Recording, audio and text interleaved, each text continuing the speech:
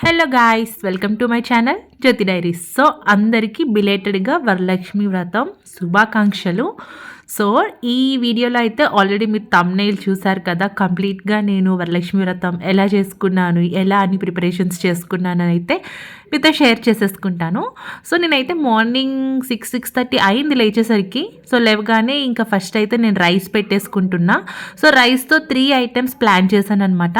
Lemon rice ఒకటి, దద్దోజనం, ఇంకా బెల్లం పరమన్నం ఉంటుంది కదా, సో అది చేద్దామని చెప్పేసి. సో 3 రెసిపీస్కి కూడా మెయిన్గా రైస్ ఐటమే కావాలి కాబట్టి మూడింటికి సరిపోయేలాగా కామన్గా రైస్ పెట్టేసుకున్నాను. ఇంకా ఇలా కొమ్ము శనగలు ఉన్నాయి కదా, అవి కూడా బాయిల్ చేసి పెట్టేసుకుందామని చెప్పేసి బాయిలింగ్కి పెట్టేసా.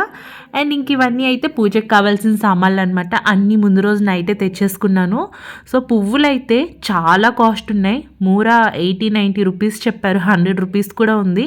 బట్ ఏమైనా ఇది ఇలాంటిది ఫెస్టివల్ టైమ్స్లోనే వాళ్ళకి కూడా మంచిగా బిజినెస్ అవుతుంది కాబట్టి ఇంకా మనకు కూడా తప్పదు, వాళ్ళు ఎంత రేట్కి చెప్తే అంత రేట్కి తీసుకోవాల్సిందే. అండ్ ఇంకా పూజకి ఇలా కావాల్సిన సిల్వర్ ఐటమ్స్ కూడా ఉంటే అవి తీసేసుకొని కొంచెం క్లీన్ చేసుకుంటున్నాను అనమాట.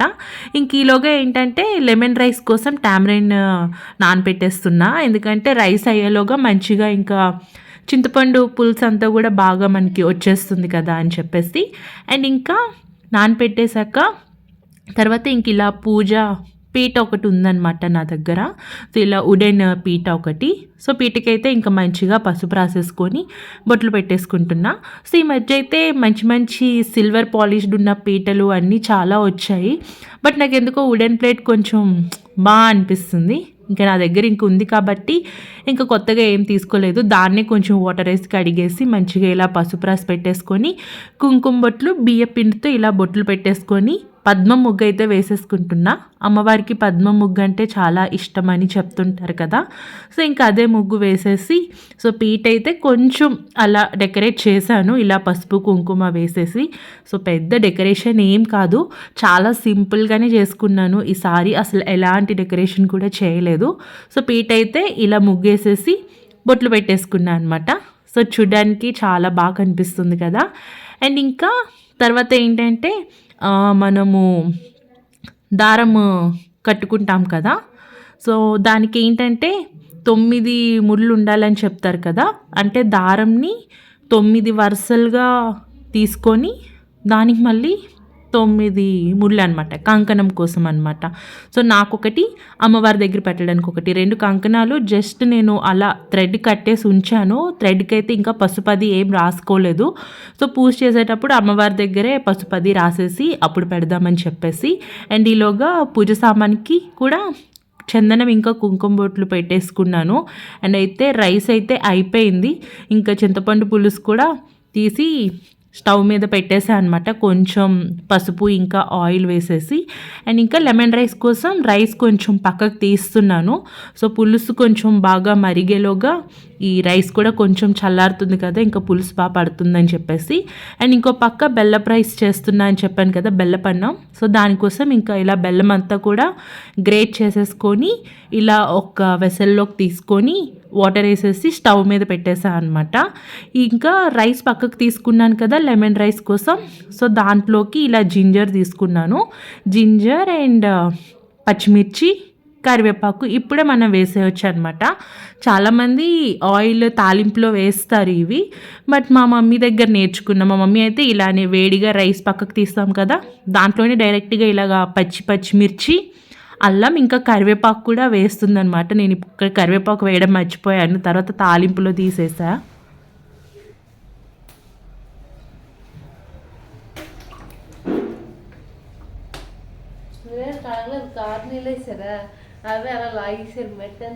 అక్కడంతా పర్లేదులే, ఇంకెక్కడ వేస్తే లేదంటే నేను వేయినా ముగ్గు.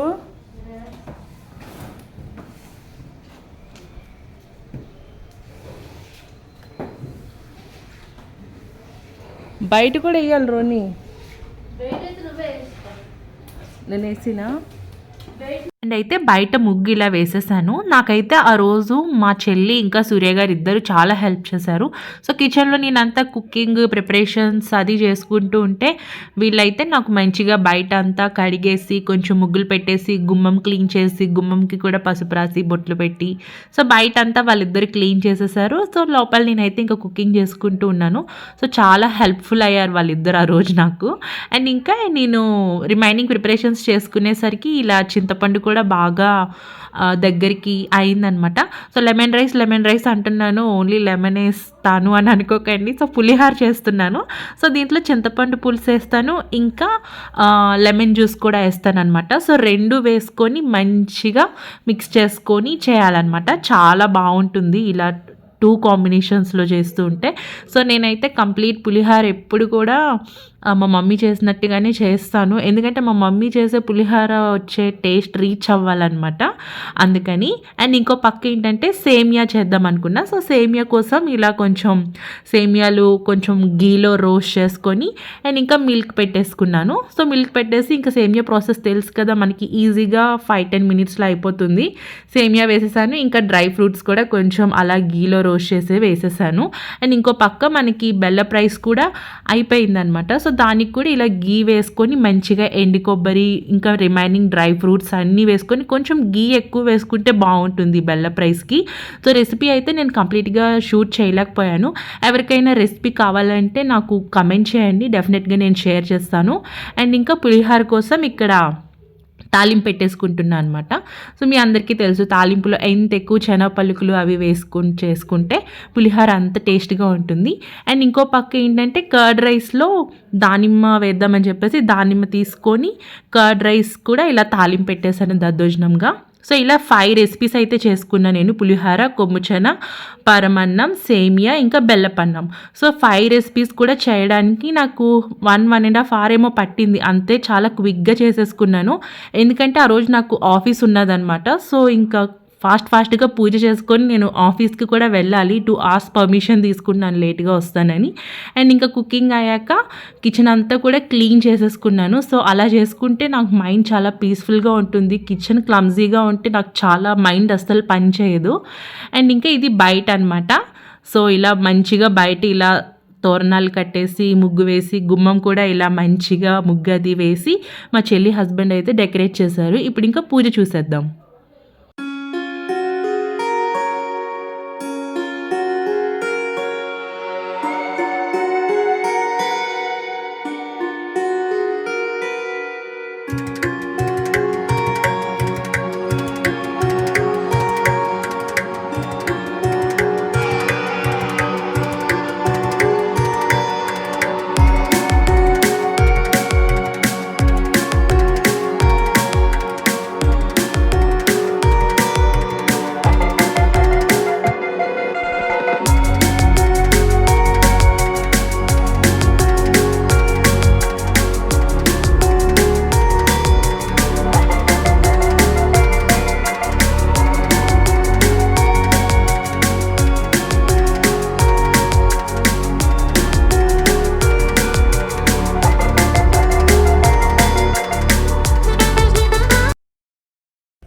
भवभयहारिणि पापविमोचनि साधुजनश्रितपादयुते जय जय हे मधुसूदनकामिनि दैर्यलक्ष्मि सदा पालय मां जय जय दुर्गतिनाशिनि कामिनि सर्वफलप्रदशास्त्रमयी ददगजतुरगपदादिसमावृत परिजनमण्डितलोकनुते हरिहर ब्रह्मसुपूजितसेविता तापनिवारिणि पालयुते जय जय हे मधुसूदनकामिनि गजलक्ष्मीरूपिणि पालय मां नमः। ॐ श्री वरमहालक्ष्मी देव्यै नमः। ॐ श्री वरमहालक्ष्मी देव्यै नमः।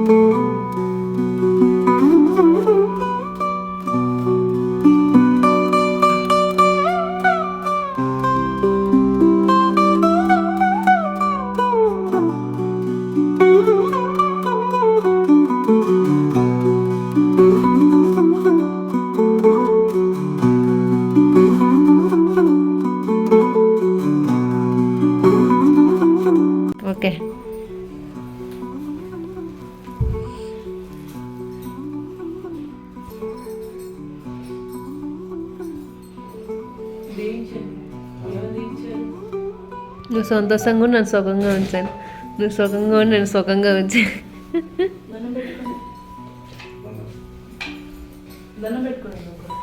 ముందుగా ఫైనల్లీ మా ఇంటి వరలక్ష్మి వ్రతం అయితే అలా జరిగింది. సో చాలా హ్యాపీగా ఉన్నాను నేను. సో చాలా హార్ట్ఫుల్గా నేను పూజ ఎలా చేయాలనుకున్నానో అలానే చేసుకున్నాను. చాలా చాలా చాలా హ్యాపీగా అనిపించింది అనమాట. అండ్ ఇంకా చెప్పాను కదా ఆఫీస్కి వెళ్ళాలని చెప్పేసి, అండ్ ఇంకైతే ఆఫీస్కి వెళ్ళిపోతున్నాం. సో 2 hours పర్మిషన్ అన్నాను కానీ ఎక్స్ట్రా 1 hour పట్టింది నాకు. సో ఇంకా ఆఫీస్కి వెళ్ళగానే నేను చాలా బాగున్నానని వీళ్ళందరూ అయితే నాకు చాలా చాలా మంచి కాంప్లిమెంట్స్ ఇచ్చేశారు. హలో గాయ్స్, సో మార్నింగ్ నుంచి నా వ్లాగ్ చూస్తూ ఉన్నారు కదా. సో పూజ చేసుకున్నాను, తర్వాత ఆఫీస్కి వెళ్ళాను, మళ్ళీ ఇప్పుడు ఇంటికి వచ్చేసాను. సో ఈవినింగ్ వచ్చాక కూడా మళ్ళీ ఇప్పుడు పూజ చేసుకోవాలి కదా. మార్నింగ్ అమ్మవారికి ఏం శారీ పెట్టామో, బ్యాంగిల్స్ ఏం పెట్టామో అవన్నీ మనం ఇప్పుడు వేసుకొని మళ్ళీ పూజ చేయాలి కదా. సో నేనైతే ఇప్పుడే వచ్చాను ఆఫీస్ నుంచి, పూజ చేయాలి. కానీ చాలా హెడేక్ అయితే వస్తుంది, ఎందుకంటే మార్నింగ్ ఎర్లీగా లేచాను, ఇంకా బ్రేక్ఫాస్ట్ స్కిప్ చేశాను. అంటే నిన్నటి నుండి కొంచెం టెన్షన్ అనమాట. పూజ చేద్దాం అనుకున్నప్పటి నుంచి అనుకున్నట్టు అవుతుందా లేదా, అనుకున్న వంటలన్నీ నేను ఆన్ టైం చేయగలుగుతానా లేదా, ఆఫీస్కి ఒకటి వెళ్ళాలి కదా, త్వరగా పూజ చేసేసుకొని ఆఫీస్కి కూడా ఆన్ టైం వెళ్ళగలుగుతానా లేదా అని చెప్పేసి ఇలా చాలా చాలా చాలా టెన్షన్స్ అనమాట. నిన్న మార్నింగ్ పూజ ఇవాళ చేద్దాం అనుకున్నప్పటి నుంచి. బట్ సక్సెస్ఫుల్లీ అమ్మవారి దయ వల్ల పూజ అయితే చాలా చాలా బాగా జరిగింది.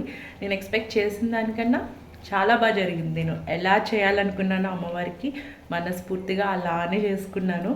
సో కమింగ్ ఇయర్స్లో కూడా అమ్మవారు ఇంకా మంచిగా చూసుకుంటే ఇంకా మంచిగా ఇంకా బాగా కూడా మనం పూజలు చేసుకోవచ్చు. సో ఇప్పుడైతే ఫ్రెష్ అప్ అయ్యి దీపం పెట్టాలి. బట్ బిఫోర్ దాట్ చాలా హెడేక్ వస్తుంది, అందుకని టీ పెట్టేసుకున్నాను అనమాట, మరుగుతుంది. సో అయిపోతే కొంచెం ఫాస్ట్గా టీ తాగేసి ఇంకా మనం ఫ్రెష్ అప్ అయిపోయి దీపం పెట్టేయచ్చు.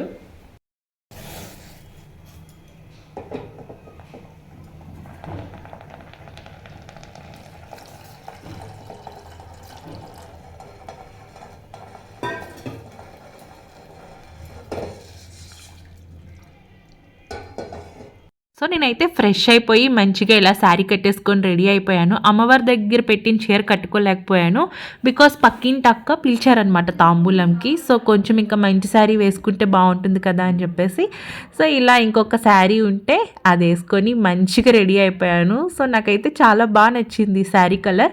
అండ్ ఇంకా ఆ రోజు ఈవినింగ్ అశ్విని కూడా తాంబూలం తీసుకోవడానికి వస్తుంది మన ఇంటికి, చూసేద్దాం.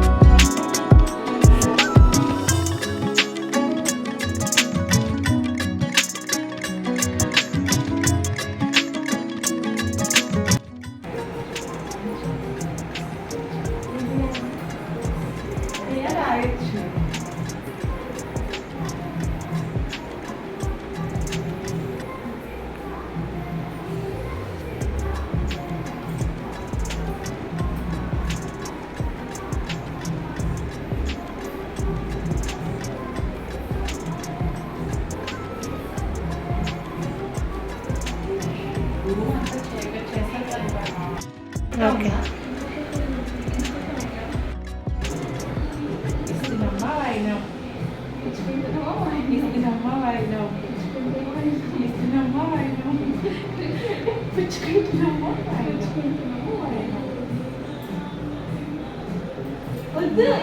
లక్ష్మీదేవి వాళ్ళ చిన్న పెద్ద పర్లేదు,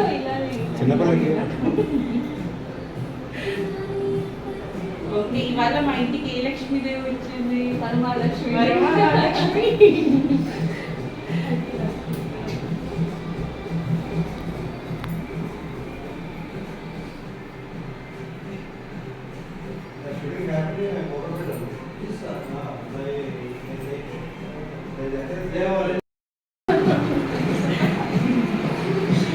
ఎక్కువ తీయలేదులే.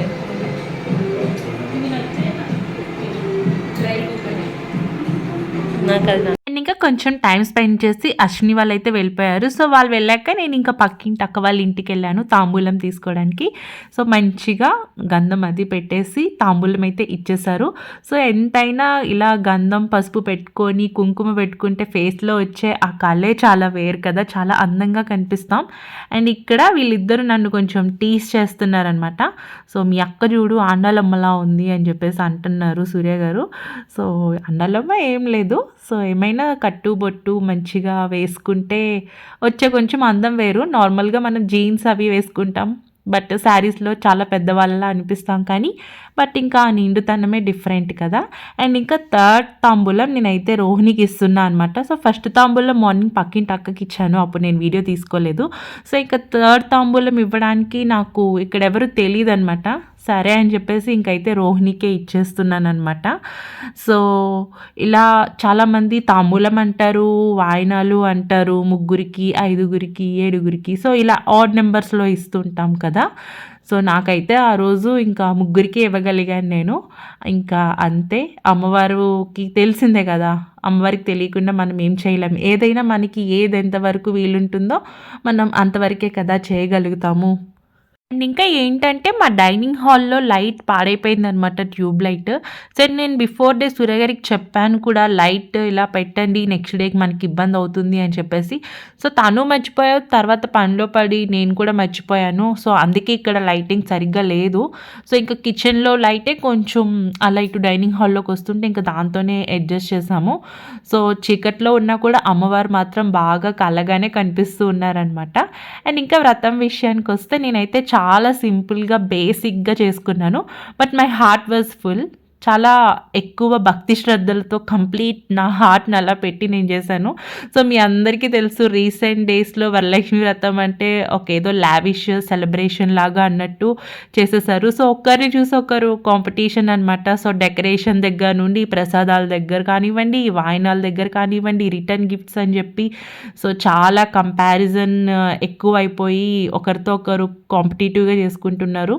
సో అలా లేకుండా హార్ట్ఫుల్గా మనకి ఉన్న దాంట్లోనే మనం చేసుకుంటే ఆ హ్యాపీనెస్ కూడా బాగుంటుంది. సో ఎవరైనా కూడా ఇలా వాళ్ళంత గ్రాండ్గా మనం చేయలేకపోయాము అని అయితే ఫీల్ అవ్వకూడదు. అమ్మవారు మనకి ఏమి ఇచ్చారో వాటిలోనే మనం చేస్తే దానికి అమ్మవారు చాలా హ్యాపీ అవుతారు, ఉన్న దాంట్లో మనం ఏం చేసామని. సో అంతే. అండ్ ఇంకా కాళ్ళు చూసారా, పసుపు రాసుకుంటే కాళ్ళు కూడా చాలా మంచిగా అనిపిస్తాయి కదా. బట్ ఆఫీస్కి ఇలా పసుపు కాళ్ళతో వెళ్ళాలి అంటే సో కొంచెం ఇబ్బందిగా అనిపిస్తుంది, కానీ అదర్వైజ్ పసుపు పెట్టుకుంటే కాళ్ళు చాలా నిండుగా కనిపిస్తుంది. అండ్ ఇంకా నేనైతే నైట్కి లైట్గా భోజనం చేయాలి కదా, సో కొంచెం కడాయి రొట్టి ఇంకా కొబ్బరి చట్నీ వేసుకొని నేనైతే నా డిన్నర్ చేసేసాను. అండ్ ఇంకా ఆ రోజు మేము తీసుకున్న కొన్ని స్నాప్స్ ఇలా కొంచెం మెమరబుల్గా ఉంటాయని చెప్పేసి షేర్ చేస్తున్నాను. So that was about my Varalakshmi వ్రతం వ్లాగ్ అనమాట. సో మీ ఇంట్లో మీ అందరూ కూడా చాలా బాగా సెలబ్రేట్ చేసుకున్నారు అని నేను అనుకుంటాను. సో వరలక్ష్మి అమ్మవారి ఆశీస్సులు ఎప్పుడు మనందరి మీద ఉండాలి, మనందరం కూడా చాలా హ్యాపీగా ఉండాలని హార్ట్ఫుల్గా విష్ చేస్తున్నాను. హ్యాపీనెస్ అంటే it's not about only money. So మంచి హెల్త్, నాలెడ్జ్, గుడ్ ఫ్రెండ్స్, ఇంకా మనకి సపోర్ట్ చేసే రిలేటివ్స్, సో ఇవన్నీ కూడా వెల్త్ కిందకే వస్తాయన్నమాట. సో వరలక్ష్మి వ్రతంని మనం ఓన్లీ మనీ కోసమే చేసుకోము, మంచి పీస్ ఆఫ్ మైండ్ కోసం, ఒక ప్రశాంతత కోసం చేసుకుంటాం. సో అంతే ఈ vlog. Thank you for watching.